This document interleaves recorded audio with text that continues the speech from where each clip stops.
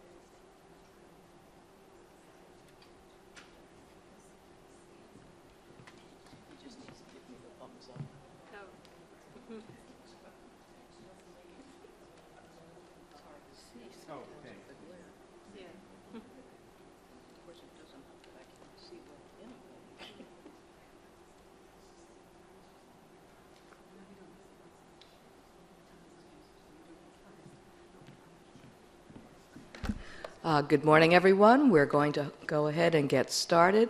Welcome to the second day of the ICD-10 Coordination and Maintenance Committee. We'll be further discussing diagnosis issues today. Just one announcement that I want to make for those of you who are listening in on the telephone. Please be reminded that you need to keep yourself on mute, and also please do not put yourself on hold, because if you do that, other people, not us here in the auditorium, hear music and not the presentations, which creates a bit of a problem. So again, please keep your phones muted, and also do not put your phones on hold. Very quickly, for those of you who may not have been with us, a reminder about the timeline. Today's presentations, as well as yesterday's for diagnosis, are all for consideration for October 1, 2015. Comments on the proposals, for the diagnosis proposals presented yesterday afternoon and this morning, comments will be due June 20. We're asking for the comments a little earlier than the end of the year to ensure that if there are issues raised about proposals presented today and yesterday, they can be brought forward again for further discussion at the September meeting. The next meeting is September 23 and 24, and proposals for consideration for the September meeting are due July 18. The other information regarding important timelines are included in your handout.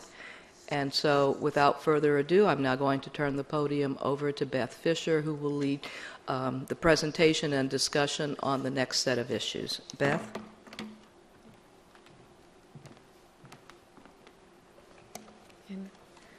Bear with me while I find the correct slide here.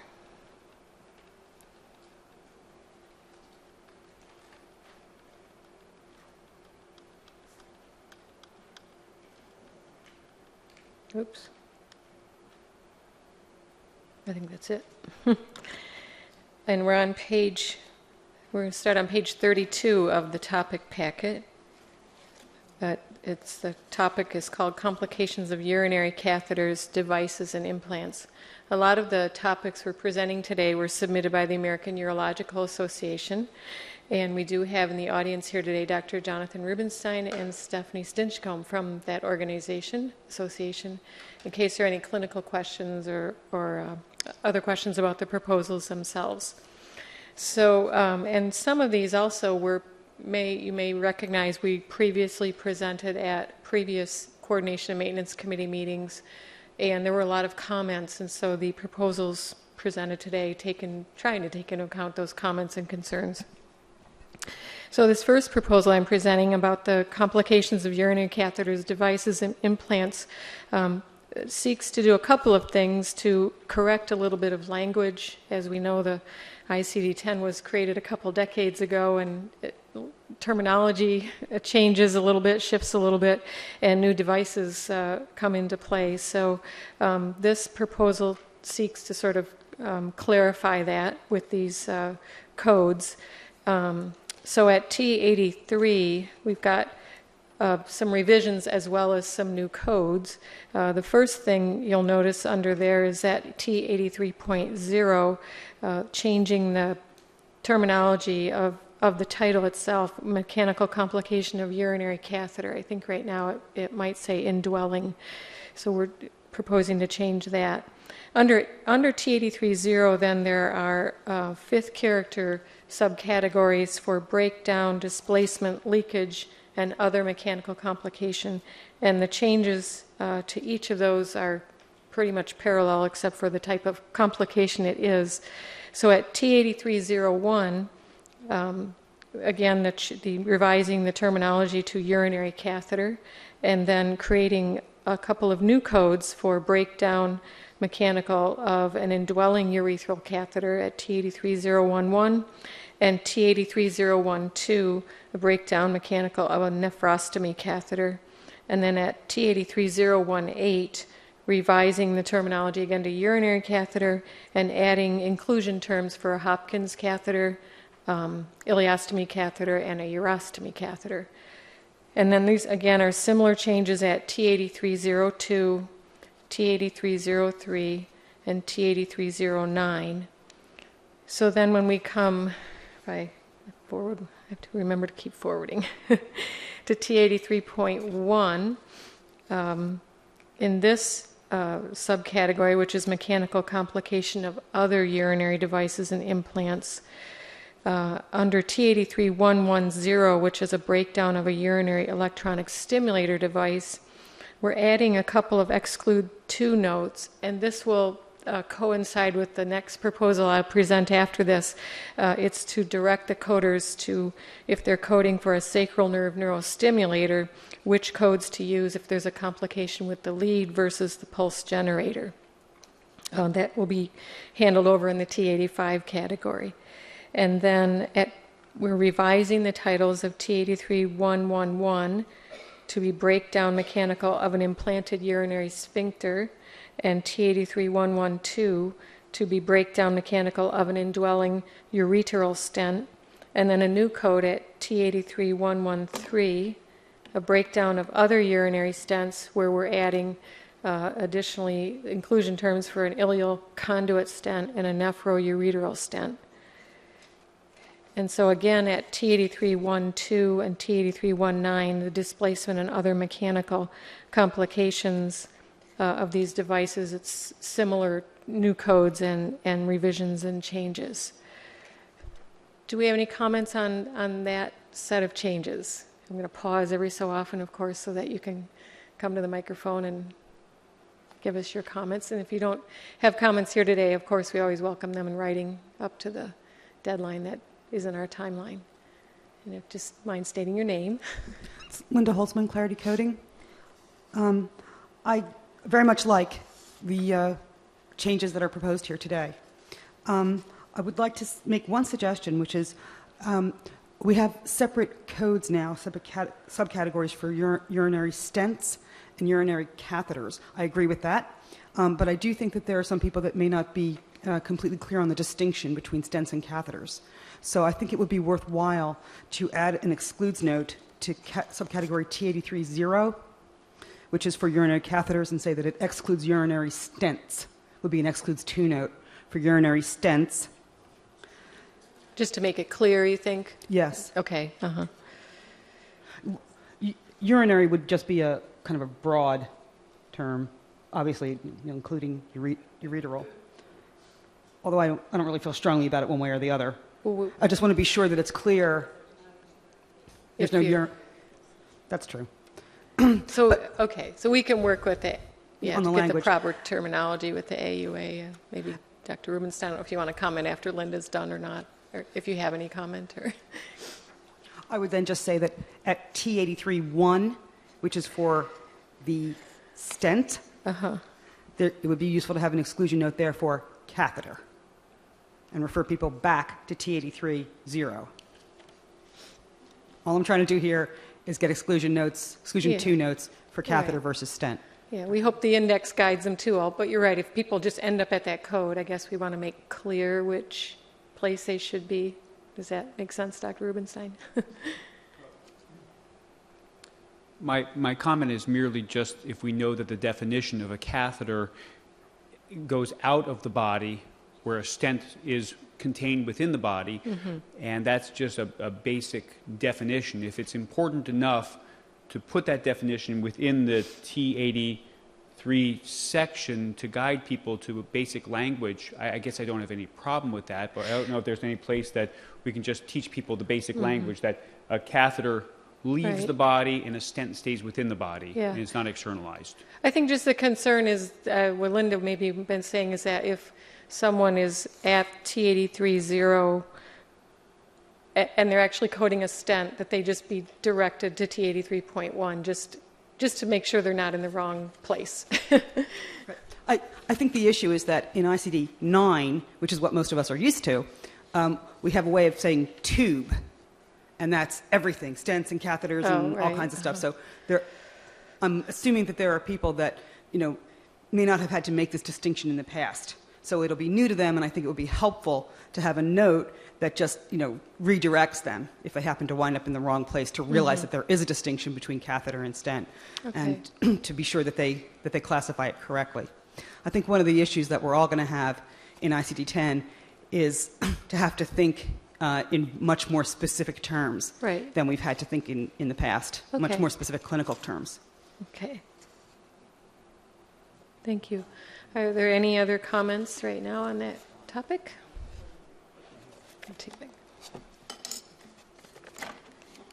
All right, then we'll move on to complications of nervous system devices.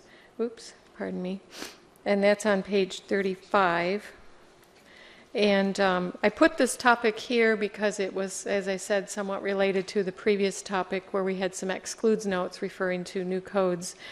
And this topic is a little bit from the American Urological Association, but mostly from Medtronic Incorporated, St. Jude Medical, and Boston Scientific Neuromodulation, with a lot of requests to modify the codes in the T85 complications of other internal prosthetic devices, implants, and grafts, and specifically in the electronic stimulator section as well.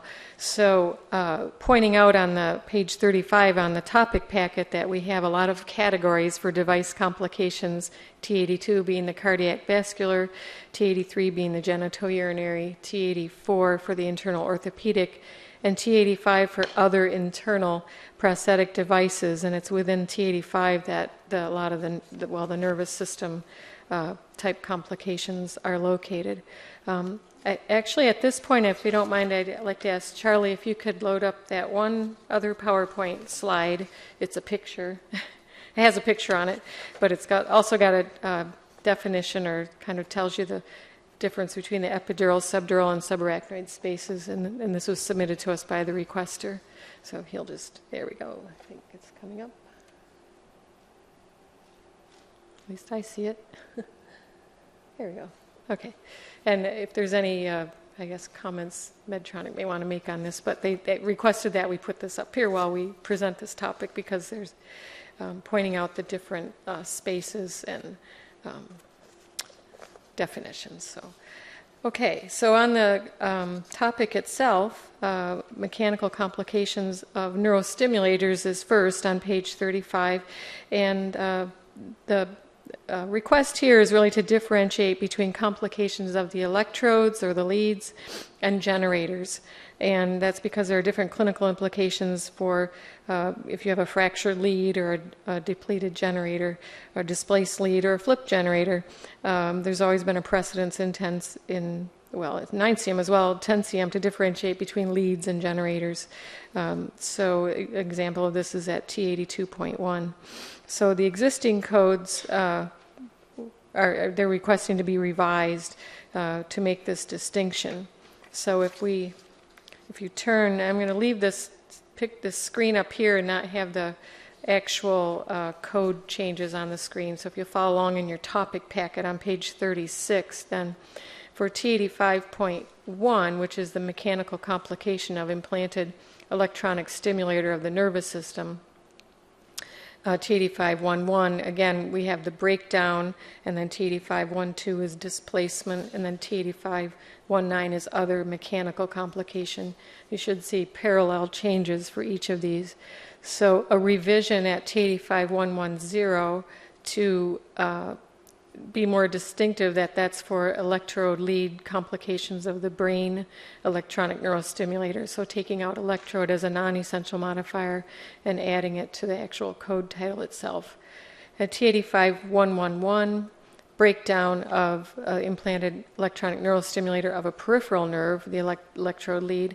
And this is where we would include breakdown of electrodes for the cranial nerve neurostimulators, the gastric neurostimulators, the sacral nerve neurostimulator, and the vagal nerve neurostimulators. And again, the American Urological Association initially wanted a individual unique code for the sacral nerve stimulators, but it was felt that it was better included at the peripheral nerve as long as we could make a distinction that that's where that belongs. And at T85-112, again, a revision of the terminology for spinal cord neurostimulators to indicate that that's for the electrode lead. And that T85-113, then to add a new code for the breakdown of the electronic neurostimulator generator for any of these neurostimulators. It was felt it wasn't necessary to have individual unique codes for instance, for a brain neurostimulator pulse generator. So just one code for the pulse, the generator for these devices. And then include that includes a breakdown of the implanted electronic neurostimulator for the generator for the brain, peripheral, gastric, and spinal. And then a breakdown of the implanted electronic sacral neurostimulator pulse generator or receiver. I will point out these again are parallel changes at TD512 language-wise, except it's displacement. Although when you get to TD5-123, I realize Dr. Powers actually pointed out to me that at TD5-123 where it says displacement of implanted electronic, the word sacral shouldn't be there because it's actually sacral is included on the next term underneath it. I just sort of forgot to take a word out when I was cutting and pasting. But those should all be parallel changes for the mechanical complications. So I'm going to pause there if there are any questions. We've got a couple other proposals within this larger neurostimulator, nervous system complications proposal, if anyone has any comments at this point. Okay, and if not, I'll just move on to page 38. And this is probably more where this slide comes in. You can leave this slide up if you can.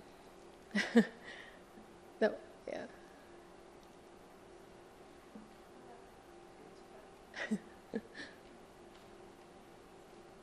What happened to it?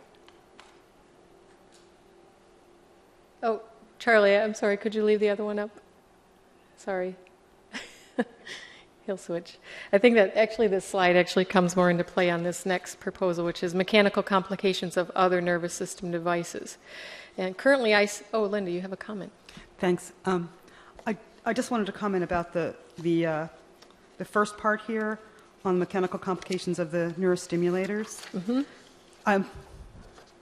I worked on this proposal together with Medtronic, St. Jude, and Boston Scientific, and would just like to point out that this is restoring detail in ICD-10 that we have in ICD-9, or very similar to what we have in ICD-9. Okay.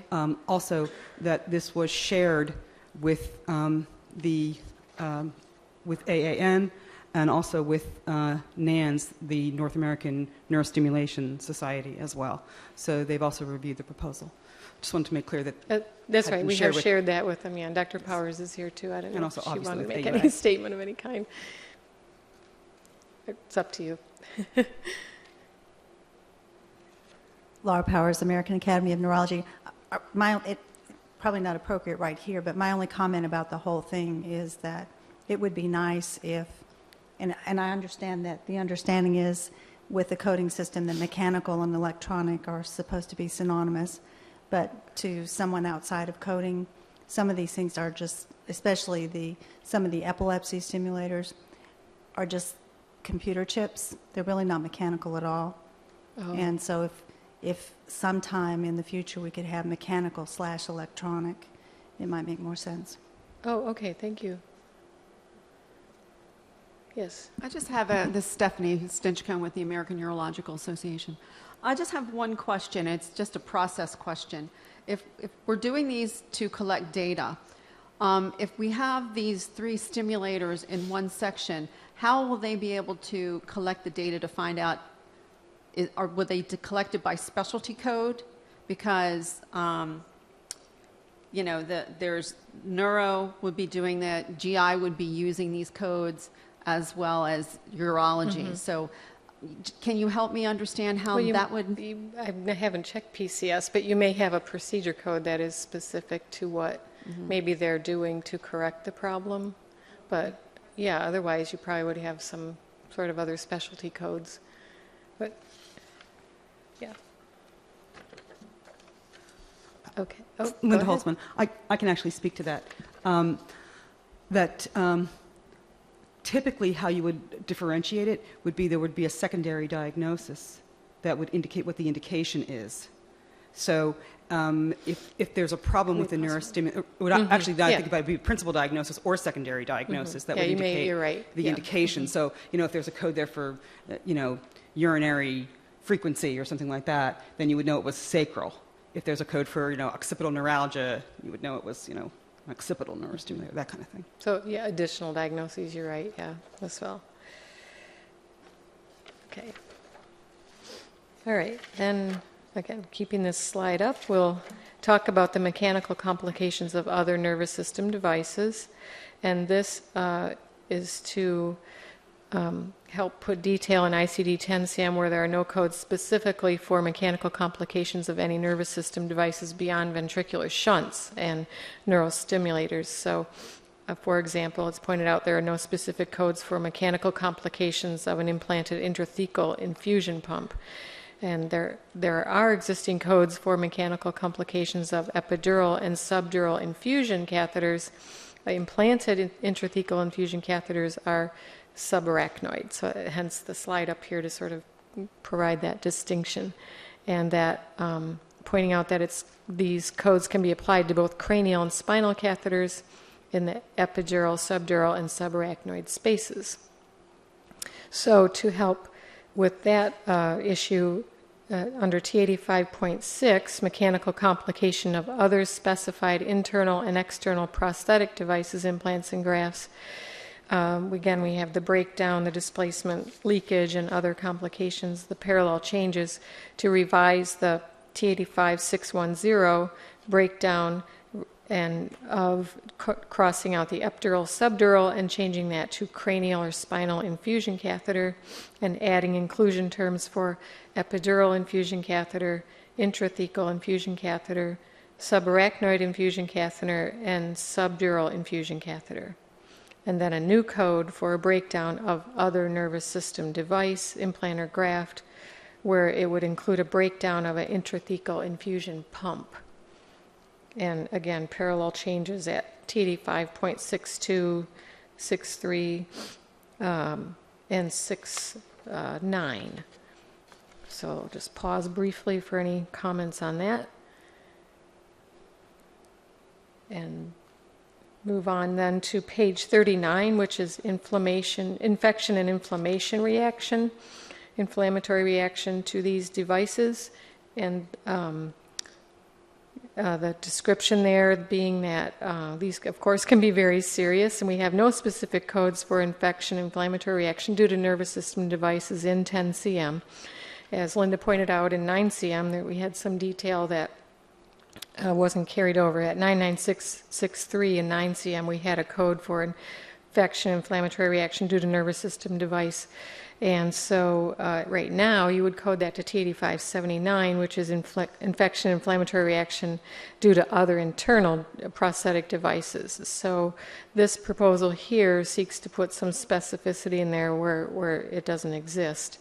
And so at T85.7, which is infection, inflammatory reaction due to other internal prosthetic devices, implants, and grafts, a new subcategory would be created that specifically for nervous system devices, infection, inflammatory reactions, with a new code at 730 for that due to a ventricular intracranial shunt, communicating shunt, T85-731 for the implanted infection, inflammatory reaction due to the implanted electronic neurostimulator, the brain, the lead, and then 0.732 for the lead for the peripheral nerve, 0.733 for the leads for the spinal cord, and then 0.734 for the generator itself, and it includes term for generator pocket infection.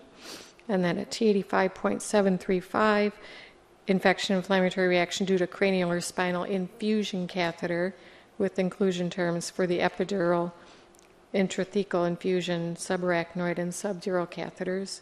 And then at 0.738 for the infection, inflammatory reaction due to other nervous system device, an inclusion term there for intrathecal infusion pump.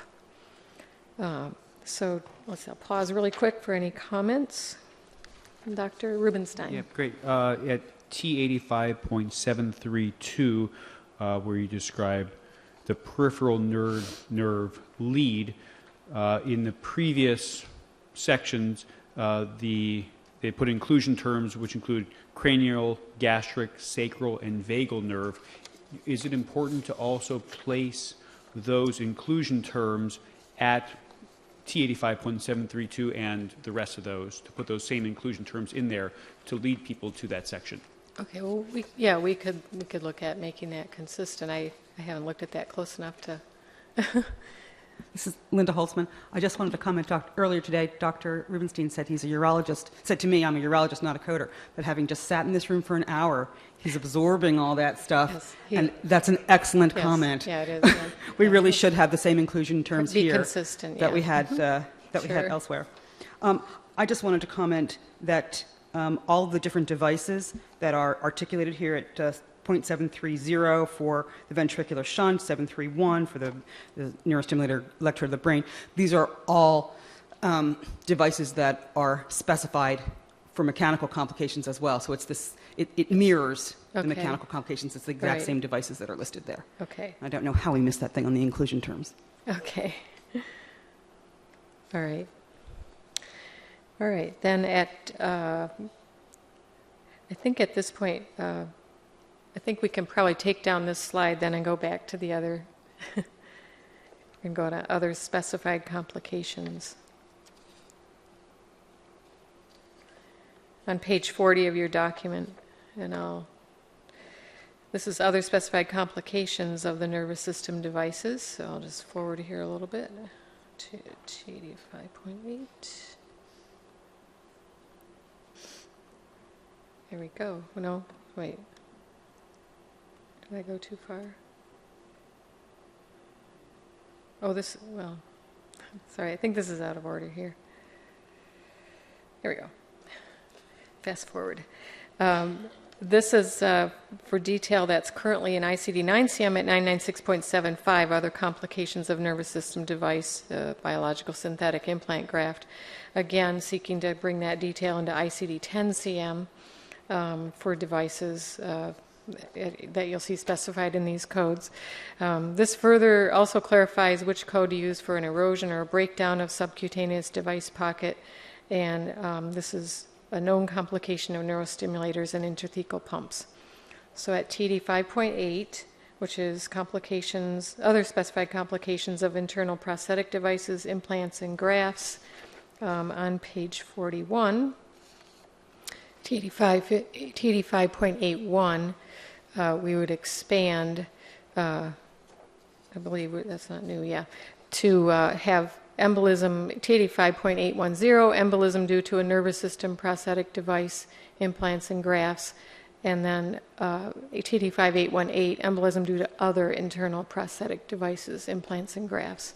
And we parallel this through all of these various complications: embolism, fibrosis, hemorrhage, pain, stenosis, thrombosis, and other specified complications, basically just separating out to show that which is due to a nervous system device versus other internal prosthetic devices.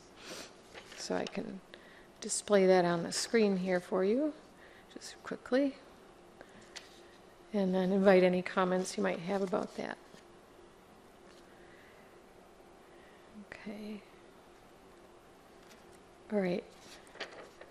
If there are no comments on that, then I believe that's it for the nervous system devices, so we'll go back to the urinary system. So I think I have to actually go backwards in my slides.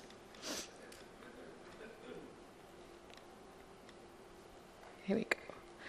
And so now we're on page 43 of your document, mechanical complication of graft of the urinary organ. And this is similar to codes that we have in T83.7 for erosion and exposure for various mesh and things like that. The American Urological Association is pointing out that other things, such as a pubovaginal sling using rectus fascia or fascia lata, can erode or expose, erode into surrounding tissues or expose into an organ, causing pain, inflammation, and infection. And so these complications aren't uniquely captured in ICD-10 CM codes, and they are proposing that we expand T83.2 so that we have code T8324 for erosion of the graft of the urinary organ and T8325 for exposure of graft of urinary organ.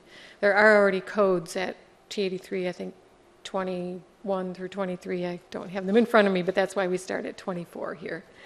So any comments on this proposed change? All right. We'll move on to mechanical complication of devices, prosthetic implants, grafts of the genital tract. This proposal is requesting revisions and additions to codes at T83.4, which is mechanical complications of devices, prosthetics, implants, and grafts of genital tract, to add some specificity for complications of testicular prosthesis implant, as well as change wording and include the related cylinders, pumps, and reservoirs for those devices. So at T83.41, we would be revising the existing code for breakdown mechanical of an implanted penile prosthesis, where implanted would not be a non-essential modifier, it would be specified wording there, and add inclusion terms for the breakdown of the penile prosthesis cylinder, the prosthesis pump, and the prosthesis reservoir. And then a new code for breakdown of a mechanical of an implanted testicular prosthesis. Okay, so then I've lost my slide now. Let's see. Oh well. Okay, at T83.420 then, similar for displacement, and then 49 for other mechanical complication of these devices. It's the same type of changes again that you see at T83.41, where we're revising the 6-character 0 code, and then adding the inclusion terms, and then adding a new code with 6-character 1 for the testicular prostheses. Any comments on that? All right. Then on page 45, I'm keeping my brain going on slides here.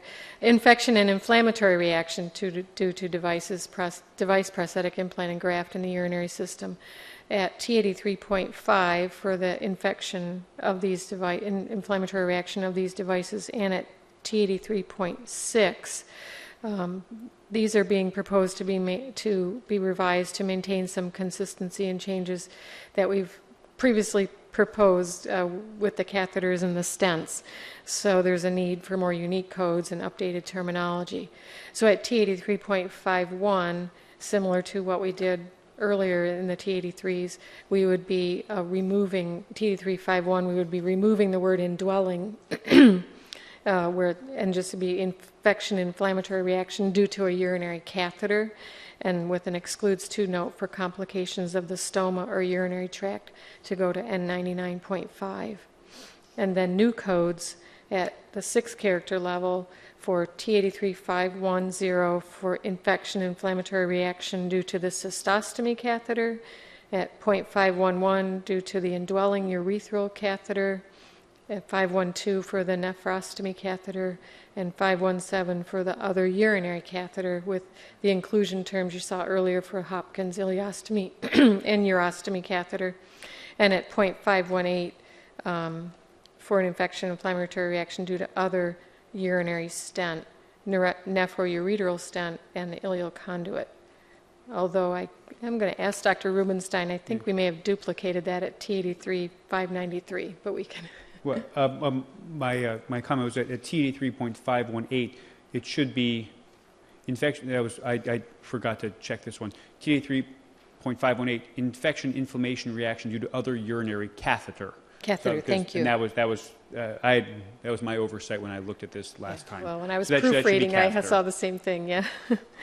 Okay, and so we probably wouldn't need those inclusion terms there. Okay, we'll revise this when we probably repost it. Okay, then at T83.59, the infection inflammatory due to prosthetic device implant and graft in the urinary system, this is new code T83590, infection inflammatory reaction due to an implanted urinary neurostimulator device, and then an excludes to note for the sacral nerve neurostimulator to go to the T85.732 that we were just talking about in the earlier proposal.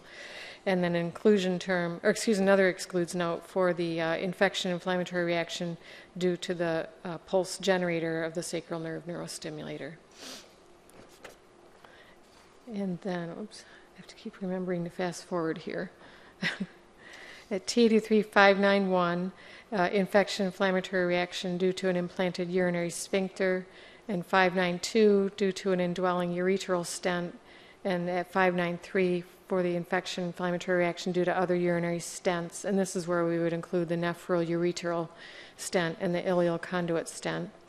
And then at T83599, the infection inflammatory reaction due to other prosthetic device, implant, graft in the urinary system. Right, and Beth, I apologize one more time. The whole T83.518 section. 518? T83.518. We'd used that T83.517. I can't remember why, when we went back and forth, why we put those at 7, the other urinary catheters. But the T83.518 and the TD3.593, which is nephrourethral stent and ileal conduit stents, I believe that TD3.518 should not, that would be a duplicate actually. I know we used other catheters, but if our other catheters are at 517, Yeah. then the 518 is what was our when we went back and forth. Yeah, I think that's what I was thinking earlier too, so I thank you for confirming that. We'll make that correction. Okay. Okay, and then at T83.6, infection inflammatory reaction due to prosthetic device implant graft in the genital tract, this .61 new code would be for that due to an implanted penile prostheses with the cylinder pumps and reservoir included, and then .62 for inflammatory infection reaction due to implanted testicular prostheses, and then .69 due to other prosthetic device implant graft in the genital tract. Okay, so, all right. Let's see. Okay. And now let's see. The slides somehow got a little out of order, so let me just see if it's not back here, I'll just 711. No, okay. I think I'll just stay up here till we catch up with it. Okay, just leave that on screen till we get there. We're now on page 47, complications due to implanted mesh and other prosthetic material to surrounding organ or tissue. And these are codes that we created a couple years ago, actually in 9 cm, and then, of course, carried them over to 10 cm at the request of the American College of OBGYN for erosion and exposure of specifically vaginal mesh at that time. But we created codes, we included terminology that it would also include other prosthetic materials, and it didn't really specify what those other materials would be. So the American Urological Association was requesting us to modify this and to create new codes specifically for urethral mesh, things like a urethral sling and urethral mesh in pelvic floor muscles. So at T83.7, then we would modify T83.711, or revise the terminology there where it says erosion of implanted vaginal mesh, we would remove and other prosthetic materials and just leave to surrounding organ or tissue. The same thing with the inclusion term. And then T83.712 is a new code proposed for erosion of implanted urethral mesh to surrounding organ or tissue. Inclusion there for implanted female urethral sling, male urethral sling, and implanted urethral mesh into the pelvic floor muscles. And then T83.713, erosion and implanted urethral bulking agent to surrounding, the word should be organ, not ogan. And then T83.714, erosion of implanted urethral bulking agent to surrounding organ or tissue. And then .718, we would revise and say erosion of other implanted mesh, striking out and other prosthetic materials to surrounding organ or tissue. And then at T83719, create a code for erosion of other prosthetic materials to surrounding organ or tissue. Then for the exposure, it's similar changes at T83.72. We're adding a term there for extrusion of implanted mesh. And then at 0.721, again, striking out and other prosthetic materials, and adding a new code at T83722 for the exposure of the urethral mesh into the urethra, and then again inclusion terms for female, male urethral mesh, or slings, and then urethral mesh, and then at 0.723 the exposure of the implanted urethral bulking agent into the urethra, and the 724 for the urethral bulking agent into the ureter, and then T83.728, revising the title there to remove and other prosthetic materials, and then creating a new code at T83729 for exposure of other prosthetic materials into the organ.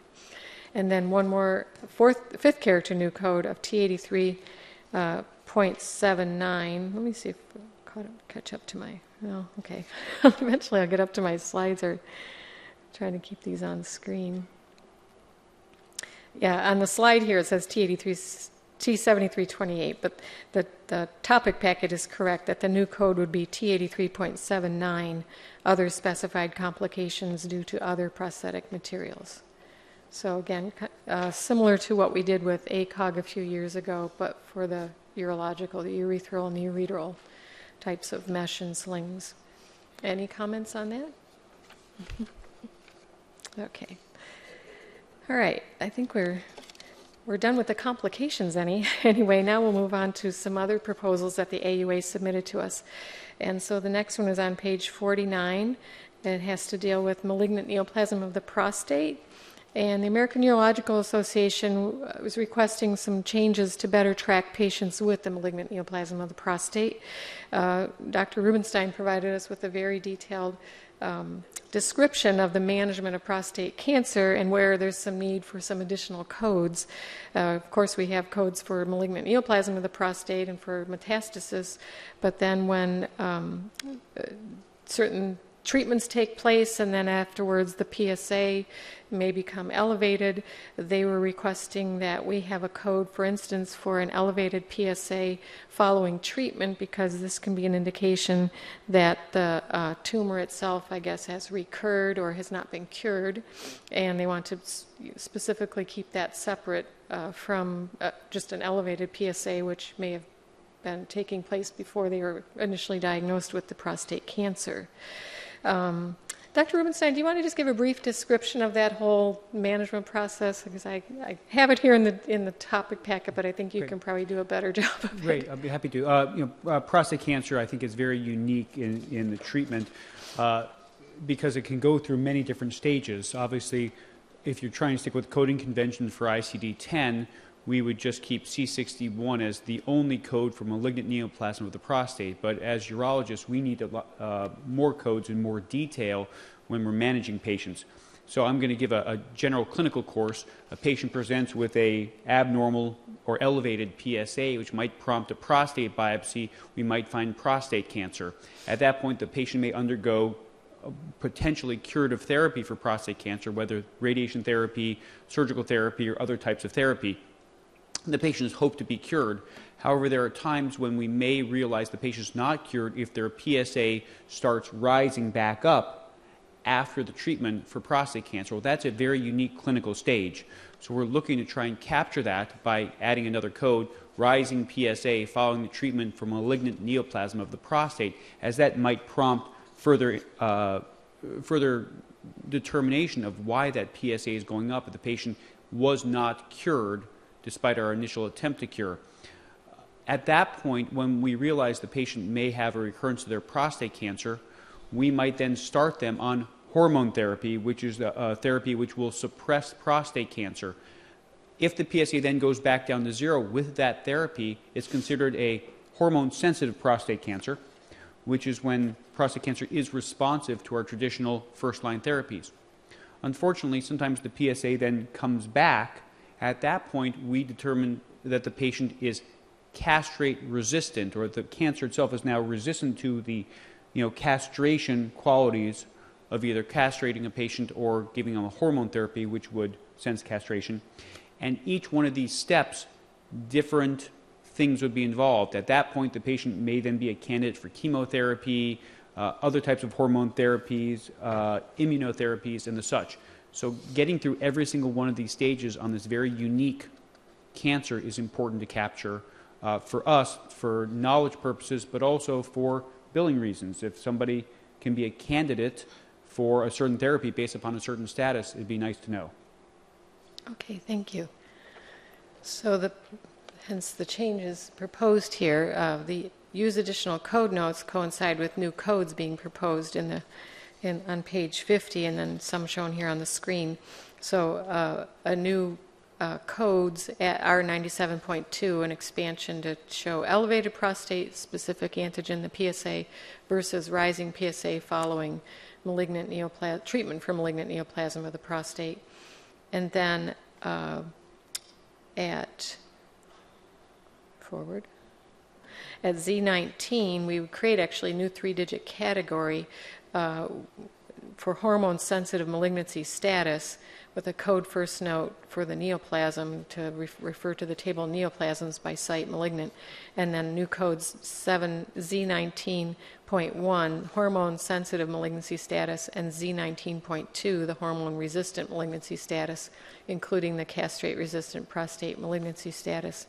We tried to treat this a little similar to the Z17, which was the estrogen receptor status, but that seemed very specific to breast cancer, so we couldn't really expand there, hence the reason why we created Z19.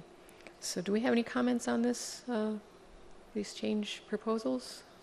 And these, as they pointed out, are in keeping with some...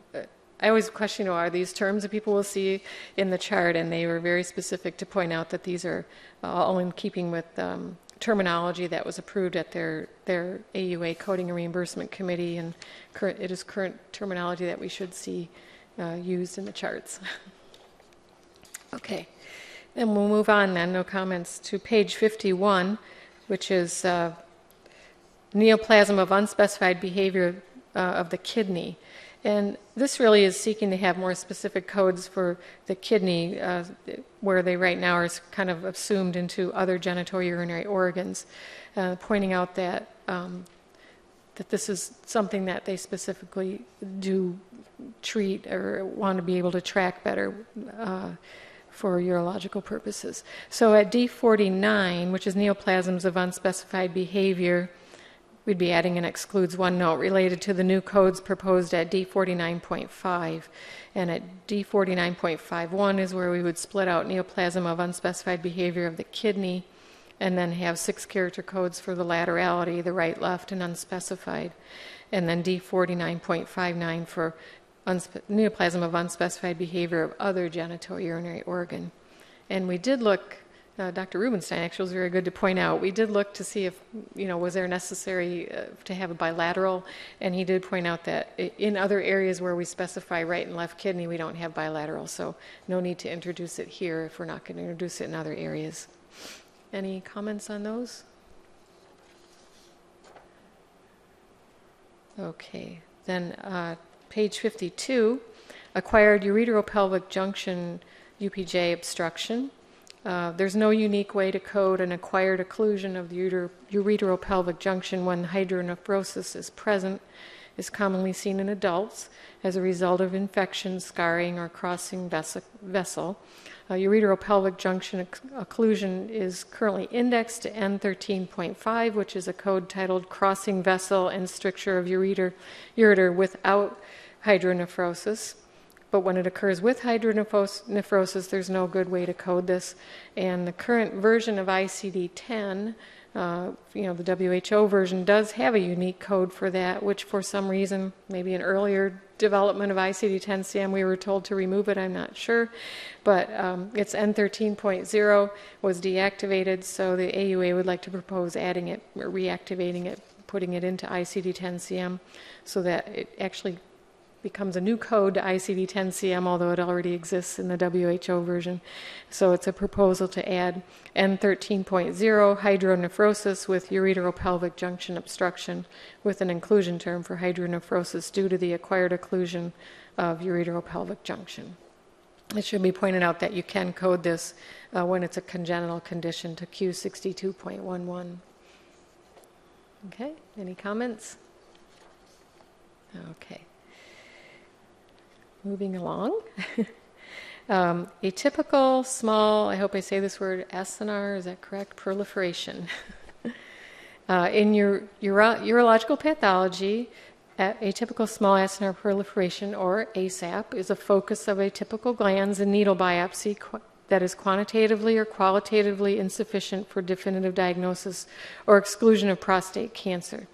ASAP is generally not considered pre-malignant but requires a follow-up biopsy, and this finding is commonly found on biopsy and is of clinical significance. And in 10-CM there is no code currently to capture this. So AUA is asked to have us create a new code by expanding at N42.3, dysplasia of the prostate. This is where we have prosthetic intraepithelial neoplasia, pin 1 and pin 2.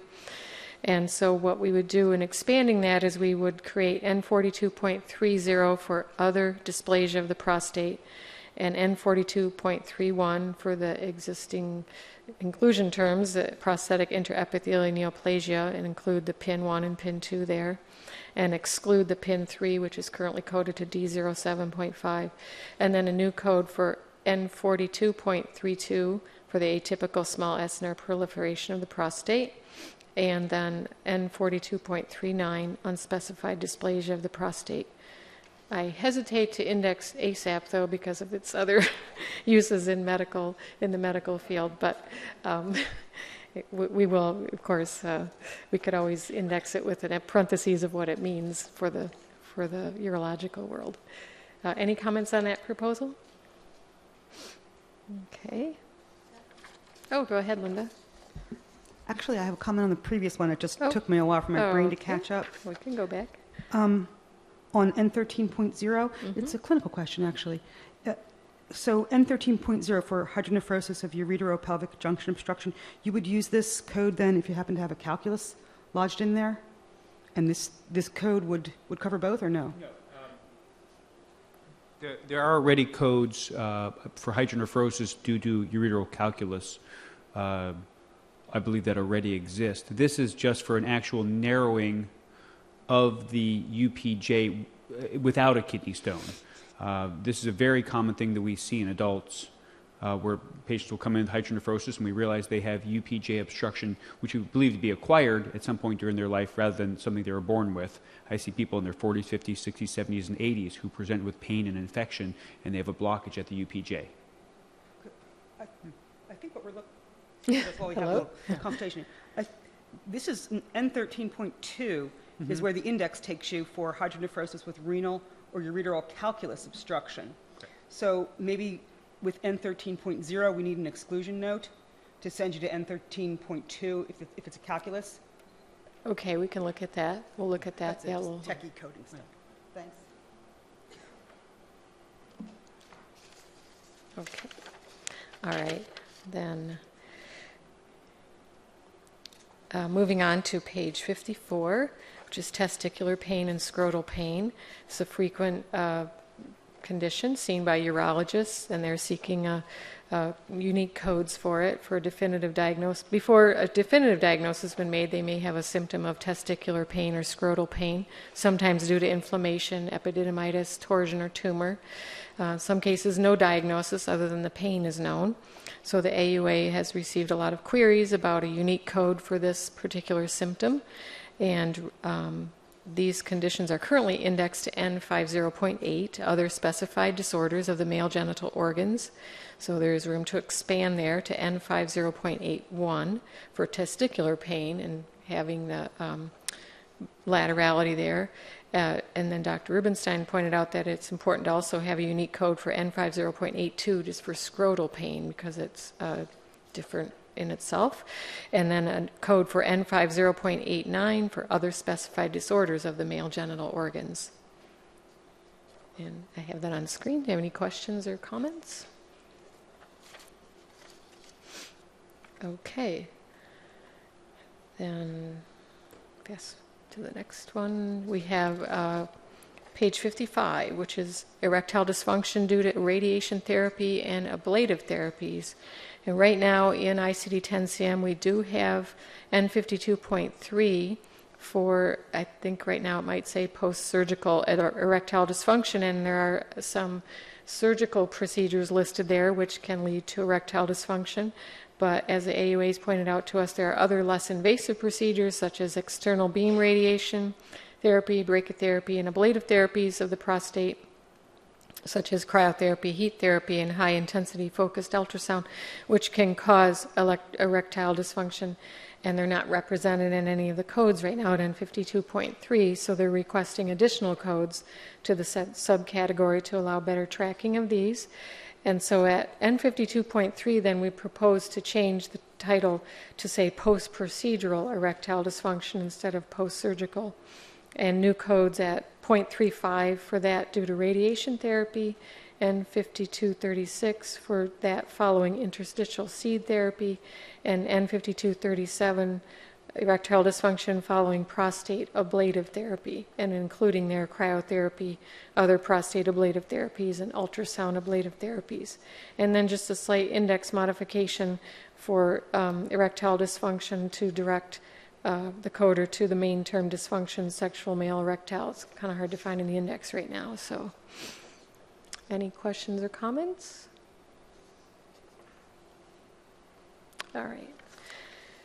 Then on to page 56, post-procedural urethral stricture. This was brought to C&M a couple of years, or September 2012, and at that time the proposal was to do some resequencing, and there was a lot of comment about that these codes would be used for a year with certain titles, and to resequence them and retitle them would be confusing the data and things like that. So this proposal is just to repropose a new code for this condition, and a slight title modification at N99.113, post-procedural anterior, revise and add the term bulbous urethral stricture, and N99.115 would be the new code for post-procedural fossa navicularis urethral stricture. So this better reflects the anatomy of the patient. Okay. And the next one is on page 57 for complications of the stoma of the urinary tract. Complications, it's a need here to distinguish complications associated with an incontinent stoma, one that drains continuously to external appliance, it's periodically emptied, versus a continent stoma where the urine accumulates in an internal pouch and periodically is emptied using by inserting a catheter. So we have existing codes at N99.5, at N99.52. Right now, I think it's just other external stoma. So it's proposed to change that title to say complication, removing the word other, and just say complication of incontinent stoma of the urinary tract, and make similar changes at the existing codes for hemorrhage, infection, and malfunction, and then create two new codes for at N99.523 for herniation of the incontinent stoma of the urinary tract, and N99.524 stenosis of incontinent stoma of urinary tract, and then revise other N99.528 for other complication of incontinent stoma of urinary tract, and then similar changes to N99.53, which is complications of a continent stoma. I think right now this is just complications of a other stoma of urinary tract. So again, revising the titles to indicate continent stoma, and then adding new codes for herniation and stenosis of those, for those continent stomas. Any comments on that proposal? Okay. Okay, then on page 58, asymptomatic microscopic hematuria. hematuria, we've got a definition there defined as the presence of red blood cells in the urine. And when visible to the patient, it's termed gross hematuria, which we do have a code for. Microscopic hematuria is that detected by dipstick method or microscopic examination of urinary sediment. Asymptomatic microhematuria is defined as 3 or greater red blood cells per high-powered field on a properly collected urinary specimen in the absence of an obvious benign cause. So in current urological practice, the asymptomatic microscopic hematuria is a common condition for urological referral and evaluation. There can be many causes, including urinary tract infection, calculus, urethral calculus, benign prostatic hyperplasia, and tumor. So the AUA has published guidelines on the evaluation and workup of patients referred for this particular condition, and we don't have a unique code for it in ICD-10-CM. So the AUA is proposing to have a unique code, a couple unique codes at R31.2, where again we already do have codes, I believe, for gross hematuria. So the new code would be R31.21 for the asymptomatic microscopic hematuria, and with an inclusion term of AMH, and then a new code for R31.29 other microscopic hematuria. So this is expanding actually at R31.2. R31 is where we have all the other hematuria codes. And so there would be a modification to the index under there, also under hematuria for microscopic, to default that with symptoms it goes to R31.29 and the asymptomatic go to R31.21. Any questions or comments on that proposal? All right. Almost, we're getting through a couple more here. Okay. Chronic bladder pain, which is on page 59. No unique code for chronic bladder pain, and this is something that the AUA is requesting a unique code for. At right now it is indexed, bladder pain itself is indexed to R3989. So we propose then to add a code at R39.8, R39.82 for chronic bladder pain.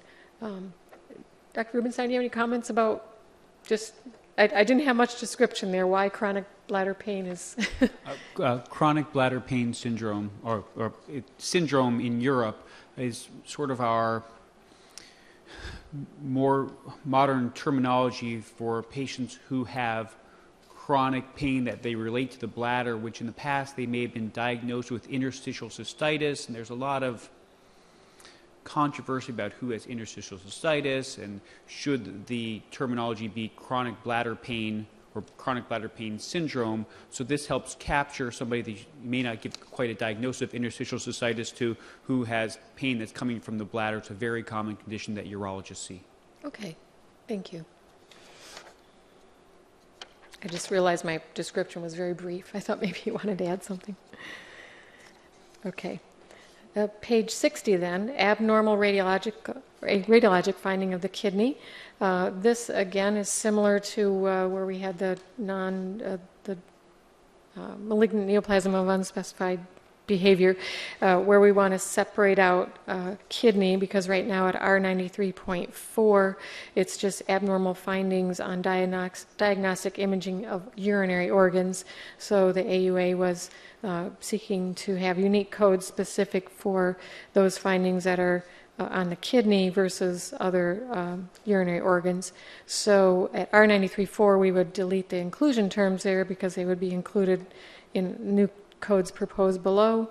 We would revise the excludes 1 note there to be excludes 2 for hypertrophy of the kidney.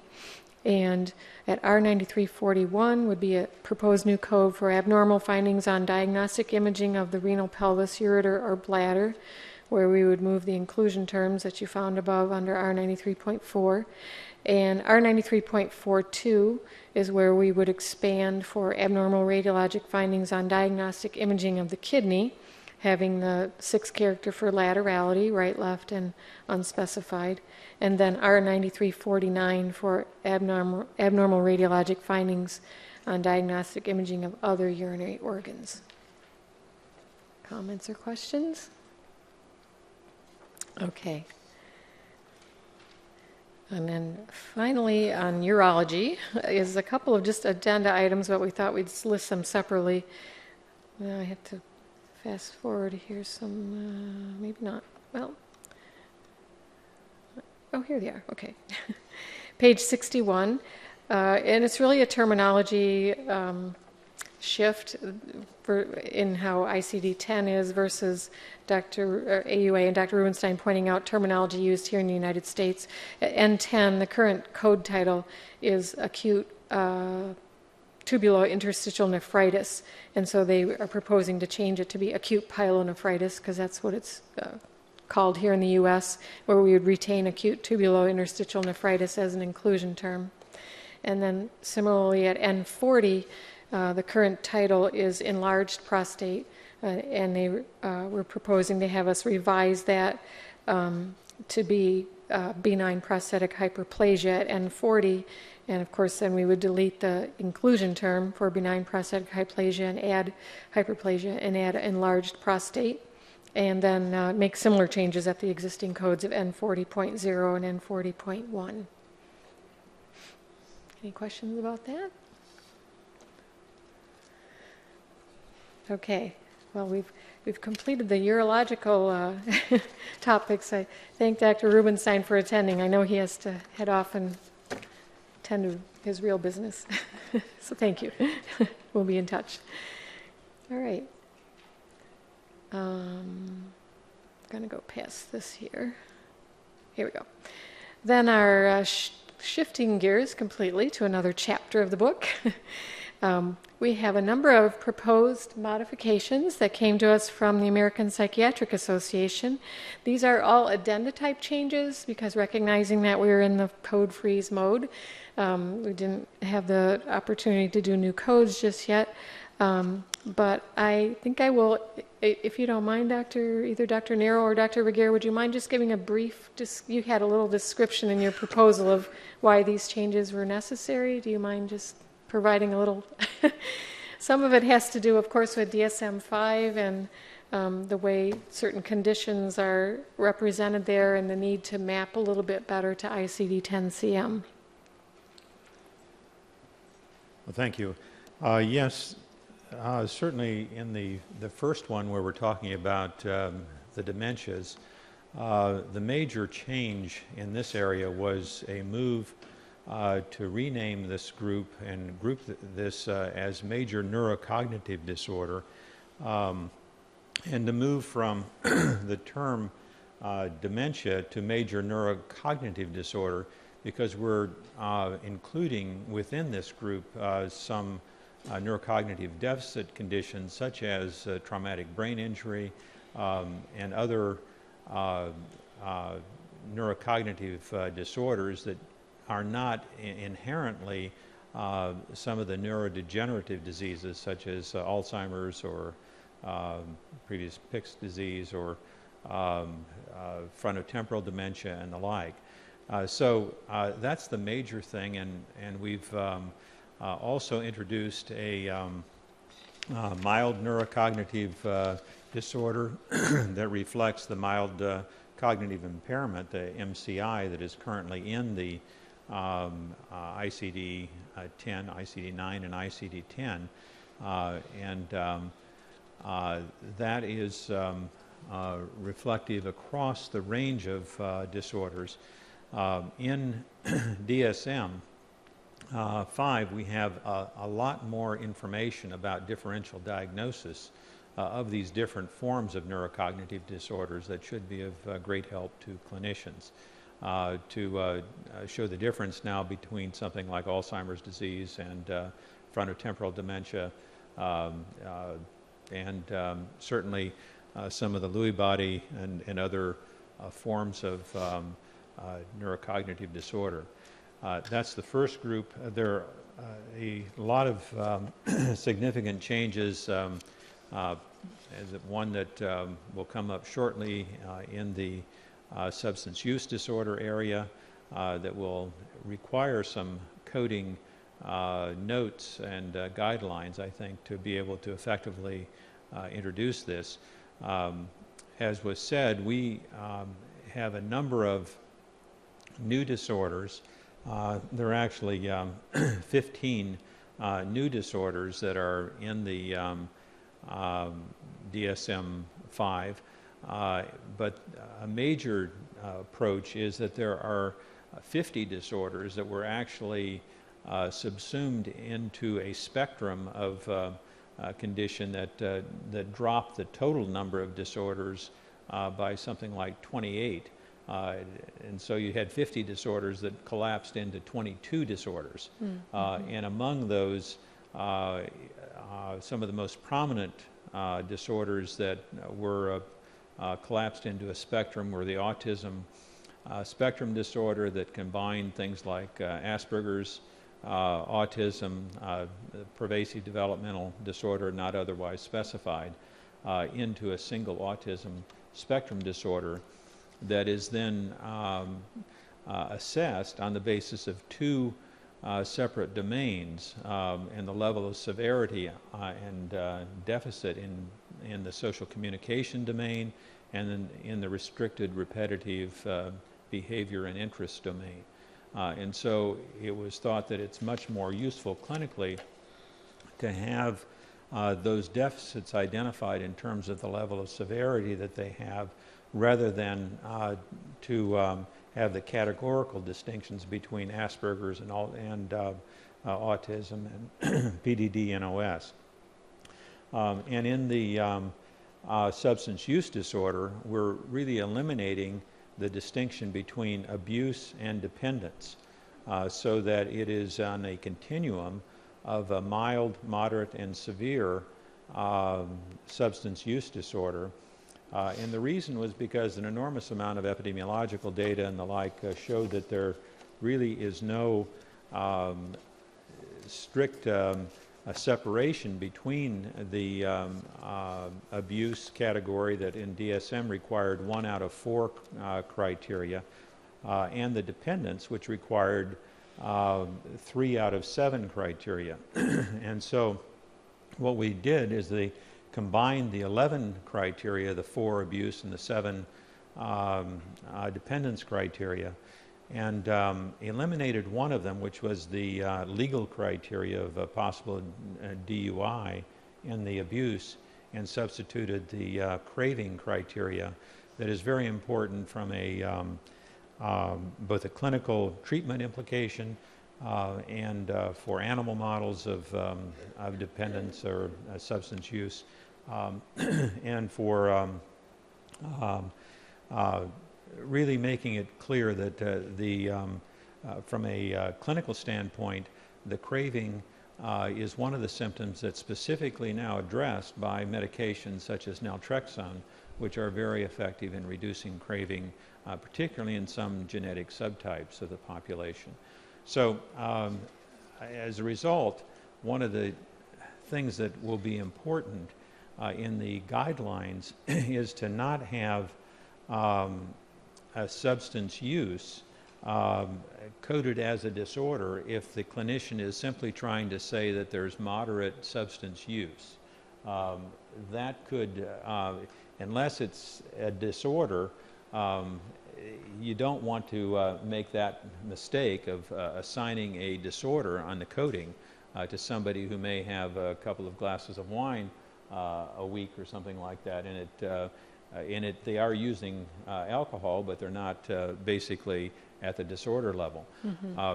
What we have done from, and based on some empirical studies, is that for mild substance use disorder, which is 2 to 3 out of 11 criteria, we are coding that, recommending a coding of that with the old abuse code.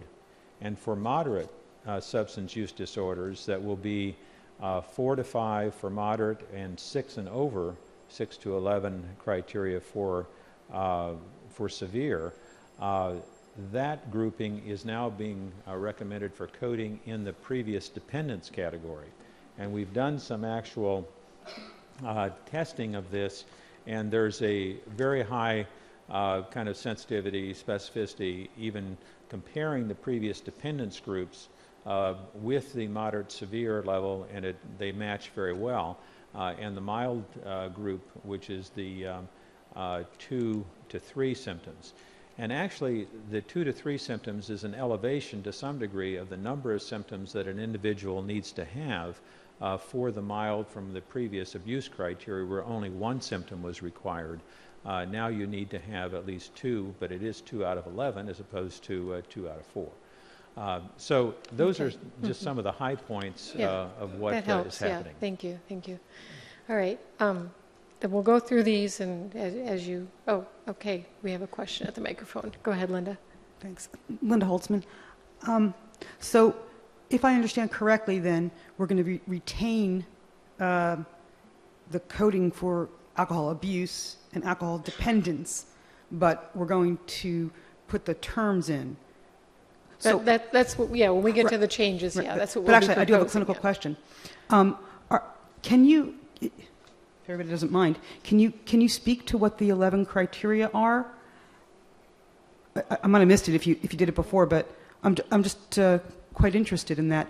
I mean, I sometimes see documented in records, plus alcohol use. I never code that as, any kind of abuse or disorder or dependence or anything like that, because I figure that just means it's somebody who has a couple glasses of wine every night. I would need to see disorder. Yeah. Okay.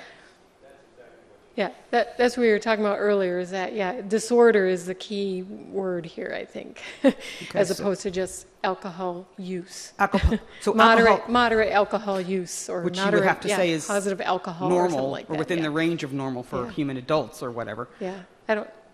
I don't know if you want us to read the 11 criteria. Well, maybe if we could, but not just yet, if you don't mind. I'd like to get just through the highlights. We actually have like a 30-page document here to weed through, so I wanted to allow, maybe we get to it if we have questions in that regard, but let's at least go through the proposed changes because we may have comments on that as well. So the first one being at FO1, vascular dimension, is to add the term major neurocognitive disorder due to vascular disease. Again, you heard Dr. Regier talk about dementia versus neurocognitive disorder. And similarly at F0150, vascular dimension without behavioral disturbance, to add major neurocognitive disorder due to vascular disease without behavioral disturbance, and again, 0.51 with behavioral disturbance. And at FO2, which is the code we have for dementia and other diseases classified elsewhere, this is a code that we have a code first note at for coding the underlying condition, proposing to add major neurocognitive disorder and other diseases classified elsewhere, and to add a few conditions that are not already specifically listed there, adding them to the list: Huntington's disease, prion disease, and traumatic brain injury, which is kind of a global term, but okay. And if I'm going to go through these, but if I try to look up and see if anybody has any comments at the microphone, please stop me if I miss you.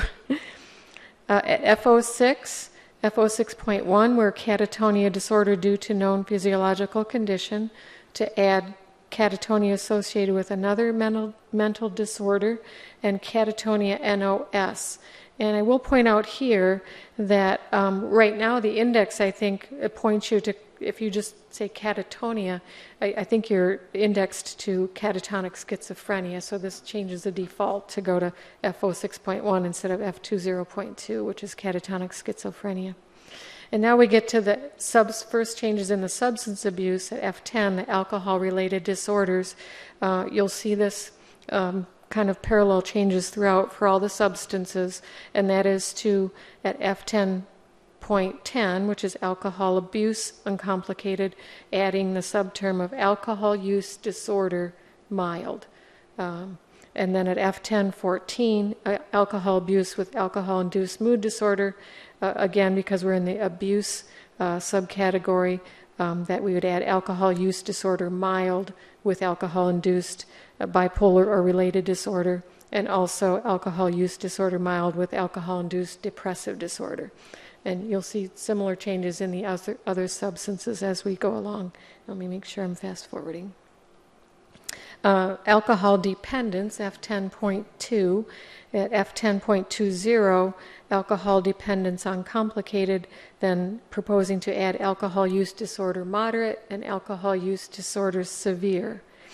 And then at F10.24, again under the alcohol dependence with alcohol-induced mood disorder, adding the similar terms for the moderate use disorder and the severe alcohol use disorder with alcohol-induced depressive disorder or the bipolar-related disorder. At F10.26, alcohol dependence with alcohol-induced persisting amnestic disorder, to add the moderate and severe alcohol use disorder terms there as well, with alcohol-induced major neurocognitive disorder, amnestic confabulatory type. F10.27, alcohol dependence with alcohol-induced persisting dementia, adding the term alcohol use disorder moderate with alcohol-induced major neurocognitive disorder, non-amnestic confabulatory type, and it's similar for the severe alcohol use disorder. Then at F10.28, alcohol dependence with other alcohol-induced disorders. At F10.288 is the alcohol dependence, adding alcohol use disorder moderate and alcohol use disorder severe with alcohol-induced mild neurocognitive disorder. Then at F10.9, alcohol use unspecified. And now we're on page 66. The F10.94, adding the inclusion terms for alcohol-induced bipolar and related disorder without use disorder, and then alcohol-induced depressive disorder without use disorder. F10.95, at 0.959, adding alcohol-induced psychotic disorder without use disorder, and at F10.96, adding alcohol-induced major neurocognitive disorder, amnestic confabulatory type without use disorder. F10.97, the alcohol-induced major neurocognitive disorder, non-amnestic confabulatory type without use disorder. And then F10.98, which is alcohol use unspecified with other alcohol-induced disorders, adding inclusion terms there for F10.980, alcohol-induced anxiety disorder without use disorder, the sexual dysfunction at F10.981 without use disorder, F10.982, adding alcohol-induced sleep disorder without use disorder, and then the F10.988, alcohol-induced mild neurocognitive disorder without use disorder. It's similar changes at the other substances, so in the interest of time, and I wasn't going to read every single one of them to you, but if you would just carefully review what we have, or if I'm skimming over anything, please let me know. But at F11, it's similar changes for the opioid-related disorders, and F12 for cannabis-related disorders, and then at F13 for sedative, hypnotic, or anxiolytic-related disorders. Let me just... I'm going to just fast forward to F14 would then be for cocaine related disorders. And then F15 is other stimulant. Similar changes. And we are adding amphetamine type substance use here as well, so specifying that.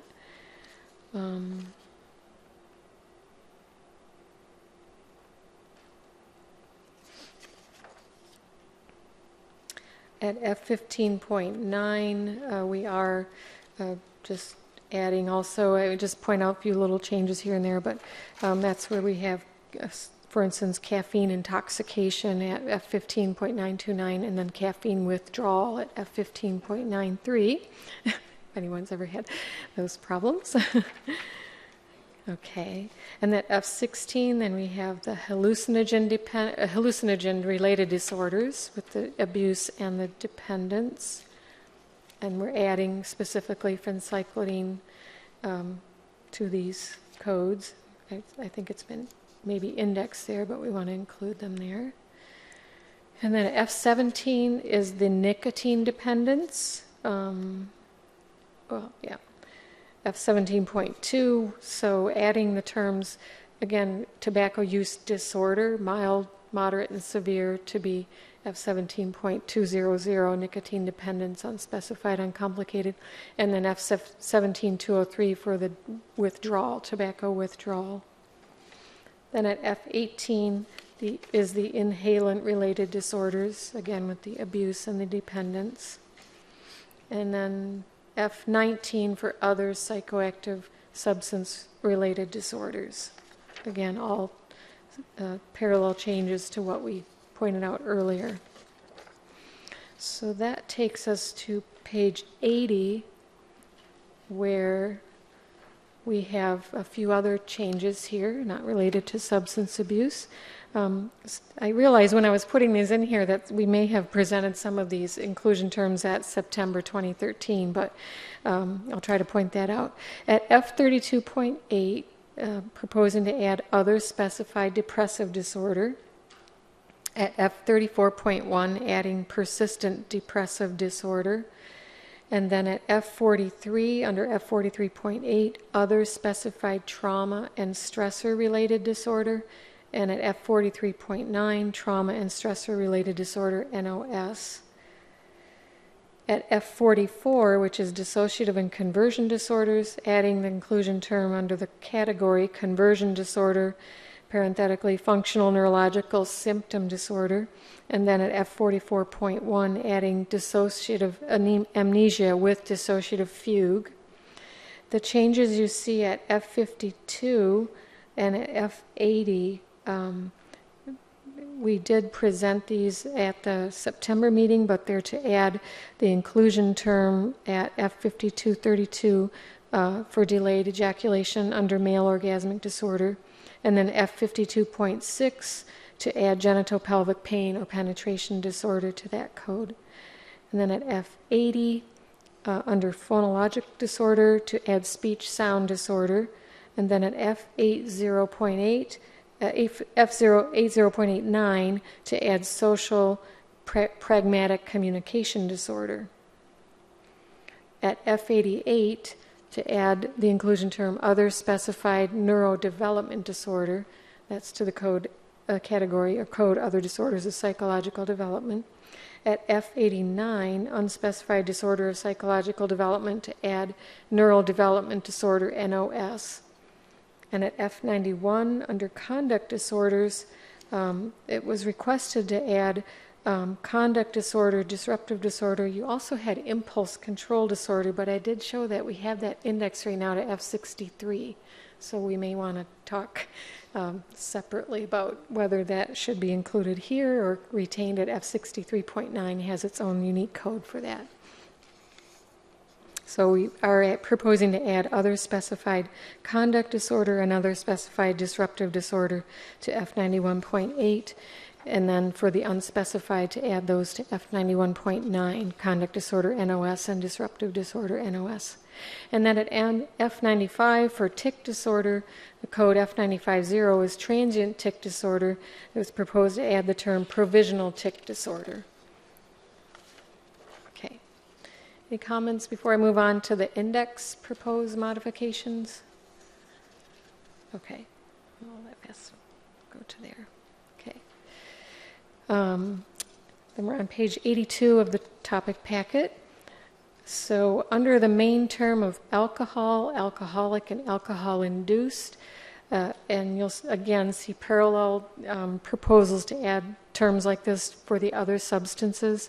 It's proposed to add the terms, subterms, anxiety disorder to F10980, bipolar and related disorder to F1094, depressive disorder F1094, major neurocognitive disorder, amnestic confabulatory type, F1096,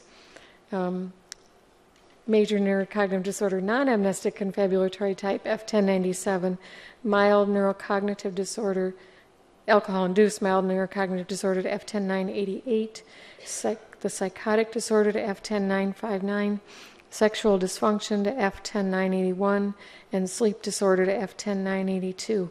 I think this is, again, just to sort of clarify indexing, because I think sometimes these can be found under disorder that due to alcohol, and it's just maybe clarifying a little bit more easily in the index. So similar changes for amphetamine-induced, although this would actually add a main term. We don't have, like alcohol, we already have alcohol-induced. We would be adding a main term, amphetamine or other stimulant-induced, with those same similar sub-entries. And then caffeine-induced, anxiety disorder and sleep disorder to their codes, and cannabis-induced, and then cocaine-induced. Revising cocainism, instead of saying C-dependence drug cocaine, it would say C-disorder cocaine use. And then delirium, adding due to other or unknown substance, F19-921. And then under disorder, now there are a number of changes. When I first looked at this, I lost track of what I was doing. It's like, oh yeah, we're under the word disorder.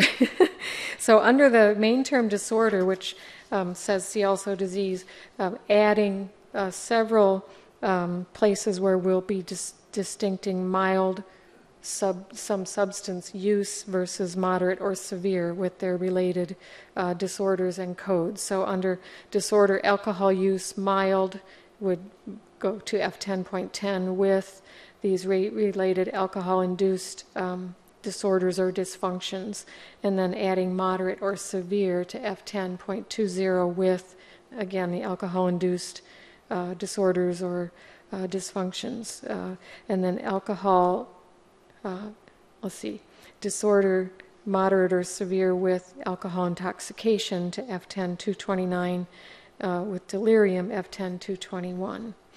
And then, I want to make sure I fast forward a little bit here. Amnesic, I think I may have, on your handout, it looks like amnesic goes under alcohol use, but I don't think we intended to have that under that, because that actually goes to some R codes. So it actually should be disorder amnesic. I think going anti-retrograde goes to R41.1, auditory to R48.8, dissociative F44.0, and with dissociative fugue F44.1. I think I just had my levels a little bit off a little bit there. And then disorder amphetamine type substance use, you've got mild, moderate, and severe added there. And then amphetamine use mild with the related disorders, you have the sub-entries there as well.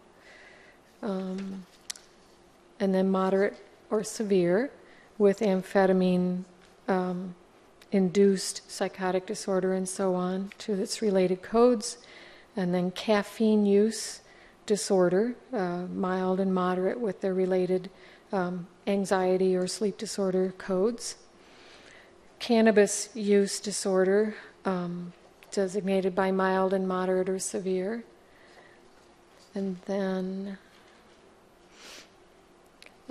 again showing that catatonia disorder would go to FO6.1, and then under disorder for cocaine use, again designating mild with its related disorders, and then moderate or severe going to the dependence codes with its related disorders.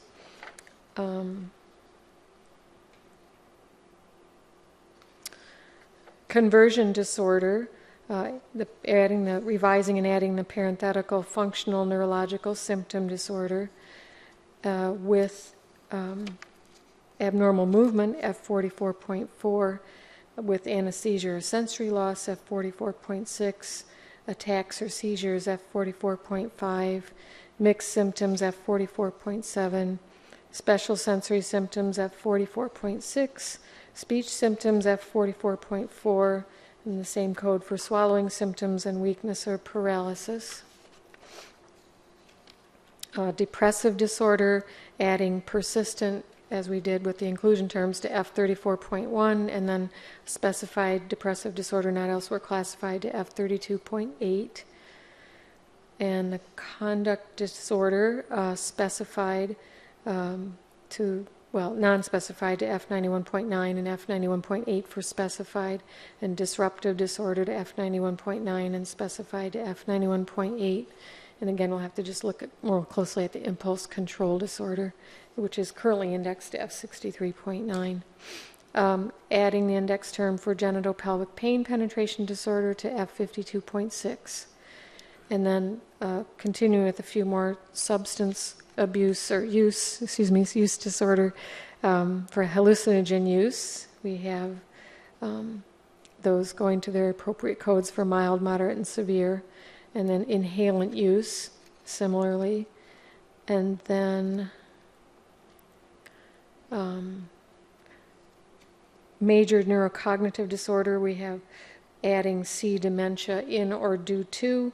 We have, at that main term, we have all of those conditions, underlying conditions that may be causing it indexed, so we weren't going to add that whole list here. And then mild neurocognitive disorder is indexed to G31.84. And I think on your initial request, you may have listed all those conditions, and since they all go to G3184, we were going to just consolidate it into one index entry. Okay, then neurodevelopmental, I may have gone too fast. Wait, am I ahead of myself? Neurodevelopmental disorder to F89, specified, not elsewhere classified, to F88.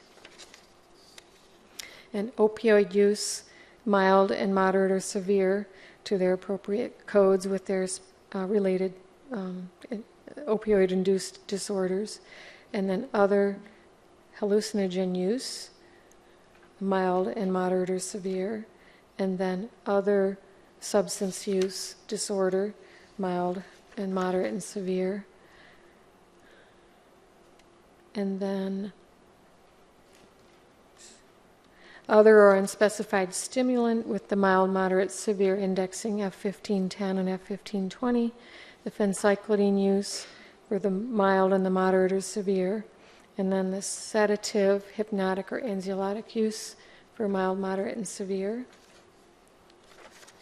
I think we're almost through those. Okay, and then somatic symptom disorder to F45.1 and speech sound disorder to F80.0.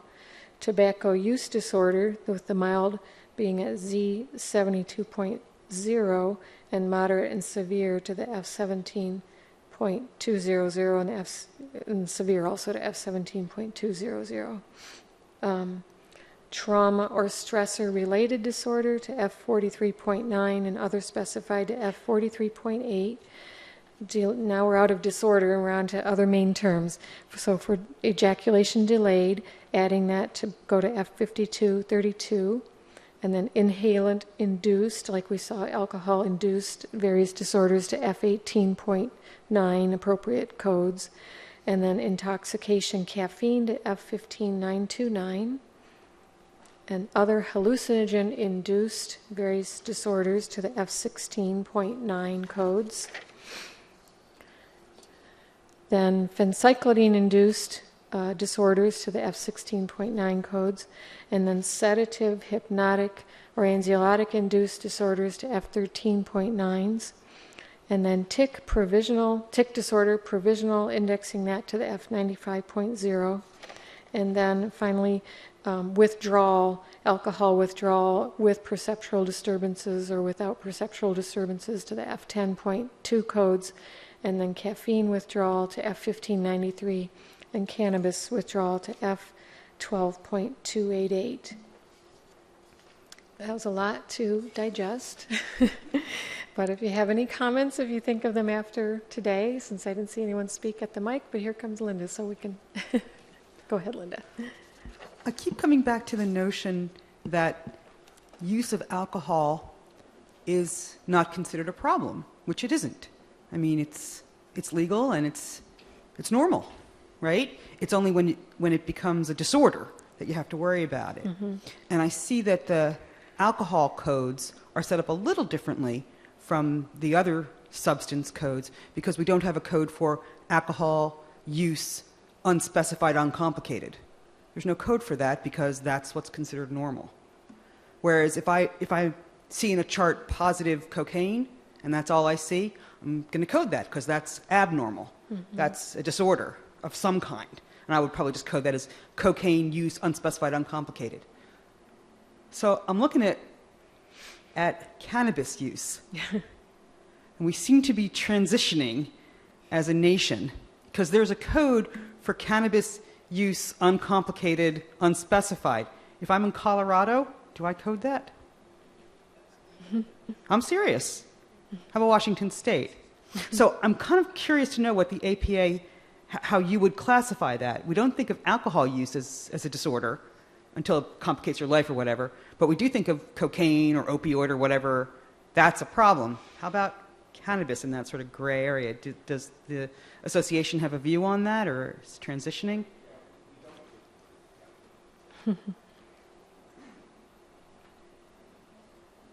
We don't get into the legal issues of, what's legal or illegal in a particular state. We wouldn't consider a one-time or infrequent cocaine use to be a disorder, simply because it's an illegal substance doesn't make use a disorder. So that's how we view it. There are criteria for the substance use disorders, including cocaine, alcohol, and all the substances, which, by the way, since you asked the question, combine the abuse and dependence criteria that were in DSM-4 into kind of one set. Yeah, right, in DSM-5. But no, if cocaine use, unless it's associated with another mental disorder, so cocaine use leading to a psychotic disorder, would be coded as psychotic disorder due to cocaine use without cocaine use disorder. And that actually was in the...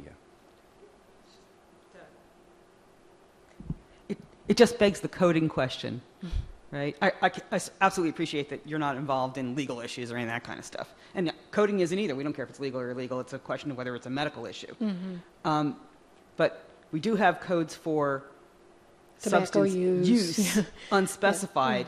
And believe me, if I'm reading an ER chart and I see positive cocaine and the guy's in there for a broken leg or whatever, I'm probably gonna code the cocaine use because it's medically significant.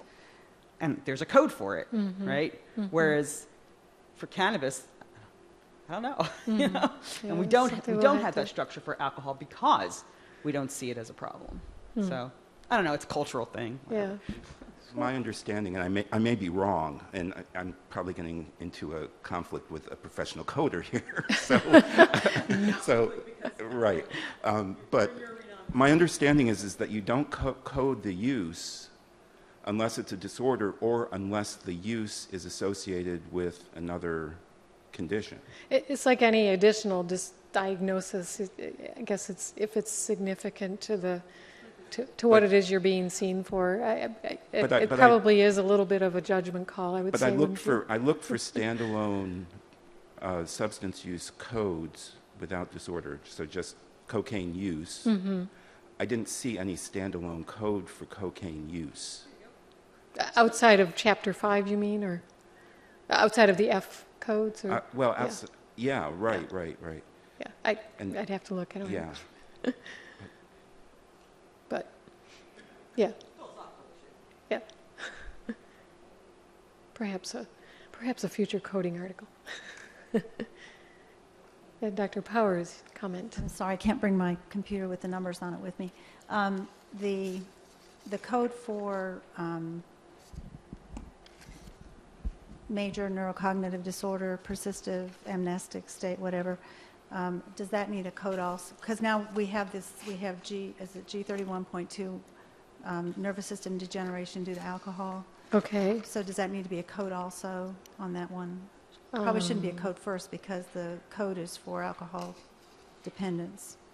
I'll Maybe a code also. take a look at that. There are probably a couple of others too. Okay. When what you're describing is actual degeneration due to a substance. Okay. I'm sure you'll put that in your written comments, but we'll take a look at that. Thank you for pointing that out.